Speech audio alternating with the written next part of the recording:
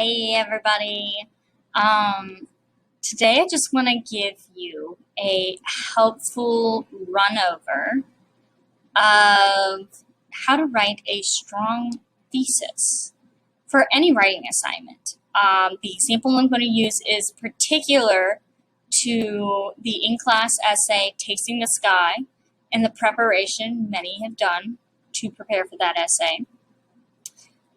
But what I'm about to discuss can really be helpful in the steps that you use for breaking down any question that you are giving, whether it's in science, in English, in theology. If someone asks you a question, how do you respond clearly, and how do you respond on topic with a way that's unique to your ideas?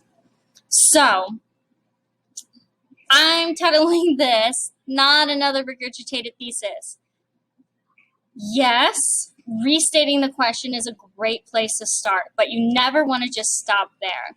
So let's figure out how we can not only make our theses clear, but we can also make them cool and unique to our own voice. So the role of any thesis is to set up your argument for your reader. They need to know, why am I reading this? What are you going to convince me of?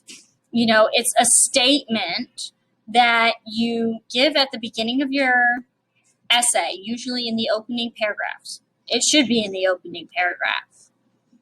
And you introduce your specific argument, and it helps your reader understand what they will come away, hopefully, believing, or at least disagreeing with you on. So a thesis, there's three things that you need to keep in mind when it comes to a thesis. The first, it has to be relevant, especially to any prompt or question that you are answering. I've used this example where if you and a buddy are talking about the qualities of dogs and how much you love dogs, how they make the best pets. If someone just suddenly jumps into that conversation and says, here's the great thing about cats and why they make the best pets, is an argument that often goes hand in hand, and you could say that it's similar, but nowhere does the qualities of cats assure you the good qualities of dogs. It's irrelevant. It's off topic. So arguments that just happen to tie together does not mean that the arguments are relevant to one another. You want to stay as focused as you can to answering the question. When you ramble too far, your reader loses interest. The other thing you want to keep in mind is, depending on the order of your argument, if you start with the minor arguments that you want to prove, maybe you've recognized certain details about a text or about a research project, and you pull all of those little ideas together to form a bigger idea. You want your thesis to align with those subclaims. You don't want them to go all over the place. You want them to focus towards one specific argument. And then lastly, this kind of goes with what I just said, but you want to hint at your main message. What is the big idea that all your subclaims are aligning to? Where are you taking your reader, and why does it matter? Now, you might ask yourself, oh my goodness, where do I even start? So, well, start with the question. You should always look at, what are you being asked? What is the prompt on?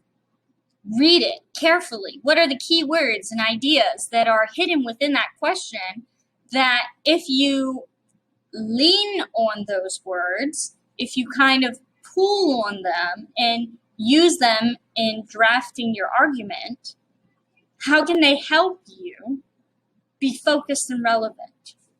So, for example, if you look at this question, how does the story teach us to use family, home, and safety to go through this broken world and come out the other side of tragedy as a better person? What might be some keywords that you would use? Why don't you take a moment? Write the question down. Highlight the questions. Or maybe just write the key words that you see on a piece of paper. Pause the video if you need to. Some of you, while I've been explaining what you can do, may have already written down some keywords. Some of those keywords you may have noticed are words like story. We're talking about someone's experience in the way that they use literature to share it. We need to talk about teaching, the fact that your essay needs to teach someone how to use family, home, and safety. If you're looking at those three things, you must use those three things in your thesis, in your argument. We're looking specifically at how to use these three things when we are surrounded by tragedy. And we need to use these to become a better person. So these are just some of the key words that you might have identified. Maybe you got different ones. But do they emphasize the specific things that you must answer in order to have a relevant response to the question? So notice here are the words highlighted in the question. Words like story, teach, family, home, safety. You see where they are. When we are rewriting our question as a thesis, we want to rely on those words, but we also should use any of the names of people that we will be using to back up our argument, as well as any particular works of literature, art, research, experiments, anything that you are using, you want to reference. If not in your thesis, in your introduction paragraph. Your reader must know in what particular case am I looking at this argument? What is my focus? What is my lens to focus through? So if I were going to, what I call, regurgitate this question as a statement, I take in these keywords, I chew them up, kind of move them around a bit and see how they feel, how they work together, and then I put them back out on the paper, but this time in a different way. This might be the thesis I come up with. I might say, in her memoir, Tasting the Sky, I've listed the book, Ibtisam Barakat, the author, teaches the reader how to use family, home, and safety to overcome tragedy and become a better person. So you may have noticed there are some key words in there. I did not just write a sentence that answers the question. I actually purposefully structured my statement so that it mimics the key words that are in the question. Memoir, Tasting the Sky, all reference back to that key word of story. If I'm talking about how does this story teach me about these things, then I need to reference in my topic sentence, in my thesis, what that story is. Ibtisam Barakat teaches, that's the word teach, the reader how to use family, home, and safety to overcome tragedy. Some of this is literally just rephrasing the question in a statement format. And I can just take and plug those key words into my statement. Things like better person. Now, I have this listed as a boring thesis. Here's what you need to know. It is a working thesis. In her memoir, Tasting the Sky, Ibtisam Barakat teaches the reader how to use family, home, and safety to overcome tragedy and become a better person. It's clear. It tells the reader, what are you going to achieve in this essay? What are you arguing? And what will you convince them of by the end? It's relevant. We can tell that because we use the key words to form it to begin with. But it's still boring. This thesis, I could read this 50 times if all you did was take the keywords and plug it into a statement. It's a good place to start, don't get me wrong. If you want to make sure that your work is relevant and clear, restate the question as a statement. But don't stop there, because often what happens is it sounds just like a school paper, because this is commonly what students, what writers will turn their thesis into when they don't really care about what they're writing about, when they're just answering a prompt. It needs to be unique to your perspective. Find the heart and soul of what you're going to argue. How does the thing that you're talking about relate to your life? What's important about it? You might have to dig deep sometimes, but it's worth digging for, because that makes your writing so much more important. It makes it more meaningful. I always say there's two types of writing. There's the writing that's written because it has to be done. Someone's asked you to write it and they just check, go through the list. Got all my keywords, it's clear, relevant, done. And then they throw it away and they don't want to think about it ever again. Neither does your reader. They don't want to think about it ever again. There was no passion. They didn't want to connect to your piece. They could tell that there was no meaning behind it. So why should they take meaning in it? Then there's writing that's actually meaningful. It's writing that they can tell by the careful structure of the language, by the words chosen, by the examples, that it actually means something, that it's more than just answering a question. There's a personal drive behind the author to relay some sort of truth. So, how can I make this more interesting? Well, look beyond the surface. Don't just restructure. Start thinking about going deeper. You're not just talking about home, family, and safety. You might be considering how each of these are connected, how one is influenced, but the other also are influenced. You might be considering how one is important for the other two to even exist. Can home exist if there's no family or safety? Can safety be present when home and family are broken? Can family be around? Can you consider the people around you's family if you're not home and they don't make you feel safe? If you're not sure how to work that argument, you might actually just be arguing that, when times are hard and when you're struggling, each of these in their own way are important to pursue. That home is something that can help you. That safety is something that can help you. That family are people that can help you. And your argument is looking specifically on 3 examples or 3 topics that can help you get through the hard times. In a sense, these are the thoughts that are going to lead to your big idea, the heart, the meaning in your work. So instead of this, in her memoir, Tasting the Sky, Ibtisam Barakat teaches the reader how to use family, home, and safety to overcome tragedy and become a better person. Those 3, well, you've been thinking about these, about what is unique about each of these things and how they can be used. Incorporate those ideas, make it more meaningful. You could change the boring thesis to be more specific to your argument.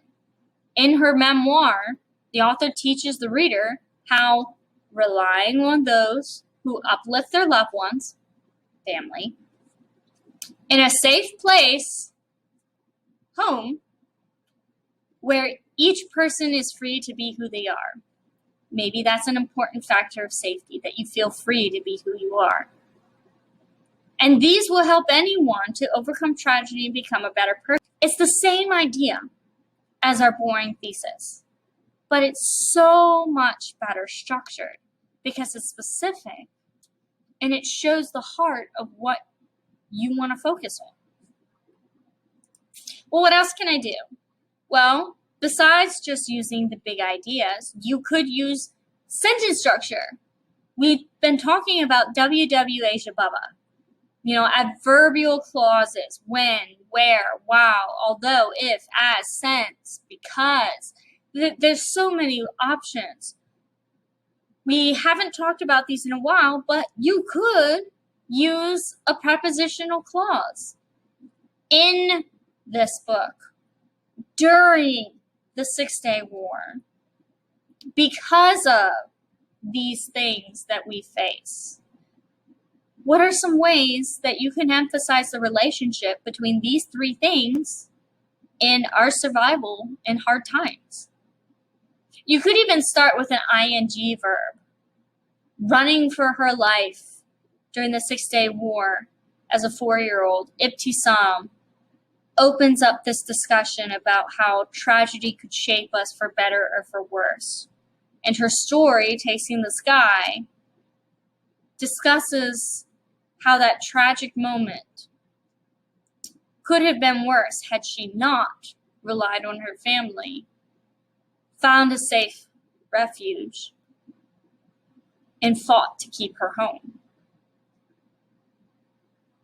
So, when you are thinking about how to restructure your sentence, think of the big ideas, be specific to your ideas, and then actually structure the sentences differently. Change it up. Once you have your basic boring statement down, have fun with it. Dress it up. Take it to town and make it flaunt all the fun, colorful things that you've given it to make it more interesting. So, for example, an adverbial clause for although. Although this broken world can try to persuade one to give up all hope in making it through unpolluted, Ibtisam Barakat reveals in her memoir, Tasting the Sky, that home, family, and safety can each provide important ways for staying positive. Now, I didn't highlight it in this, but although for my adverbial clause, I mentioned the idea of the broken world. I'm bringing in the keywords. The fact that, it gives this idea of overcoming tragedy, becoming a better person. That suggests that, if I don't overcome tragedy, there's a negative consequence. And that negative consequence might be spiritual pollution, feeling bitter, hateful, angry at the world. But the author, that's where I bring in the story, uses the themes to show each of us how to overcome it. So I did not change much of the second half of the sentence, but by adding an adverbial clause in the beginning, I still managed to make this boring sentence much more interesting. So we've talked about big ideas. Focus on what's relevant to your argument. We talked about restructuring your sentences. Adverbial clauses are always an easy place to start. They always sound so cool. And then a good check for yourself is using cool words, not boring everyday words. For example, see, learn, show. We hear them a lot, sometimes too much. But there's so many more words that we can use in replace of them. So for example, yes, we see, but we could recognize. Yes, we learn, but we could understand. Yes, the book shows, but it could illuminate, expose, scrutinize the truths of life. Find the strong words, because with it, they make your writing stronger. They make your ideas stronger. They make your opinions stronger. So let's look at this. We have our very original, boring thesis. But what happens if I just take this and switch out the simple words for something more interesting? Well, I might get Ibtisam Barakat reveals in her memoir, Tasting the Sky, how pursuing home, family, and safety can guide an individual through tragedy and inspire them to be a better person. It's not just becoming something. It's not just using it. These things are guides. They're lights in the darkness to help us find our way when we could be lost. So let's see what happens if you use all three. Remember that boring thesis? In her memoir, Tasting the Sky, Ibtisam Barakat teaches the reader how to use home, family, and safety to become a better person and overcome tragedy. Something along the lines of that. But this, although this broken world can try to persuade one to give up all hope in making it through unpolluted, Ibtisam Barakat reveals in her memoir, Tasting the Sky, that relying on those who uplift their loved ones in a safe place where each person is free to be who they are can guide an individual through tragedy and inspire them to be a better person. You can see on the screen that I've highlighted my adverbial clause that although at the beginning that changes it from just in her memoir, Tasting the Sky. The big idea that I used in my very first example, I've replaced the home, family, and safety with my big idea so that it's more specific to me. And then I've tried to incorporate stronger verbs that make my writing more interesting. Do not just go and click on all the simple words you find and click the thesaurus or synonym button. It won't go well. Be purposeful, be selective. There are times for simple words, there are times for good words. Pick the best for the words that matter the most. So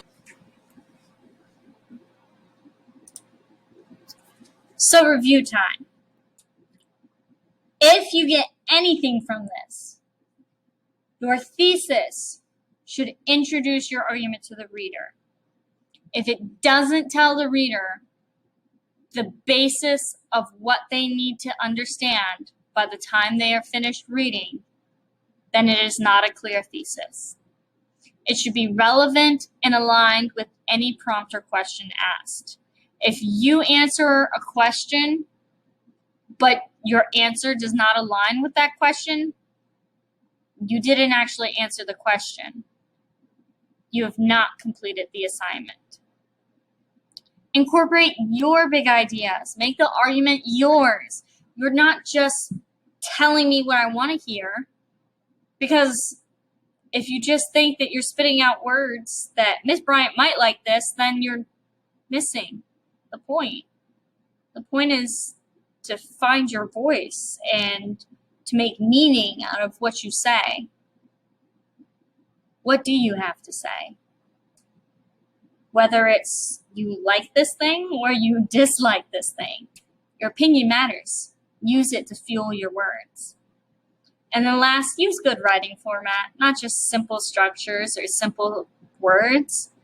Our language is fluid, it's growing, it's a beautiful language.